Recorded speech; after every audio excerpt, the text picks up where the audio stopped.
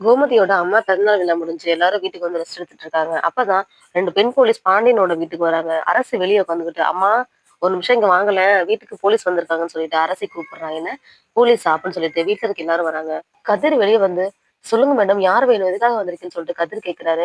"இங்க சோனியாங்கிறவ யாருன்னு" சொல்லிட்டு போலீஸ் கேட்கறாங்க. அவங்க எங்க அத்தை தான் மேடம். ஏன் என்ன விஷயம்? எதுக்காக அவங்கள கேட்கிறீங்கன்னு சொல்லிட்டு கேட்கறாங்க. காரணம் என்னன்னு சொன்னா தான் கூப்பிடுவீங்களோ? வர சொல்லுங்க சோனியாவ அப்படின்னு சொல்லிட்டு போலீஸ் கோவமா சொல்றாங்க. அதுக்கு கோமதி, "மேடம் மேடம் என்னாச்சுன்னு சொல்லுங்க மேடம். என் குடும்பத்துல யாருமே போலீஸ் ஸ்டேஷன் போனதில்ல மேம்ன்னு" சொல்லிட்டு கோமதி சொல்றாங்க.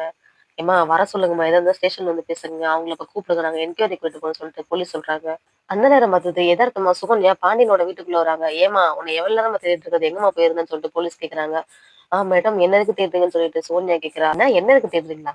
உன் புருஷன கொலை பண்ணல்ல, என்கொயரிக்கு ஸ்டேஷனுக்கு வர சொன்னாங்க. வா" அப்படின்னு சொல்லிட்டு போலீஸ் சொல்றாங்க. பாண்டியனோட குடும்பமே அதிர்ச்சி ஆயிடுச்சு. என்ன சுகன்யாவோட புருஷன கொலை பண்ணிட்டாளான்னு சொல்லிட்டு கோமதி கேக்குறா. "என்னம்மா உங்களுக்கு விஷயமே தெரியாதா? அவ புருஷன இவ தான் கொன்னான்னு சொல்லிட்டு தான் எங்க மாமியார் கம்ப்ளைண்ட் குடுத்துருக்காங்க. ஏதோ உங்களுக்கு இடையில இப்ப கல்யாணம் ஆச்சுன்னு சொன்னாங்க. நான் கூட உங்களுக்கு எல்லாம் தெரிஞ்சிருக்கும்னு நெனச்சோம்" அப்படின்னு சொல்லிட்டு போலீஸ் சொன்னதுல கோமதிக்கு ஒண்ணுமே புரியல. இதுக்கப்புறம் என்ன நடக்குது? நாளை ப்ரோமோல பார்க்கலாம்.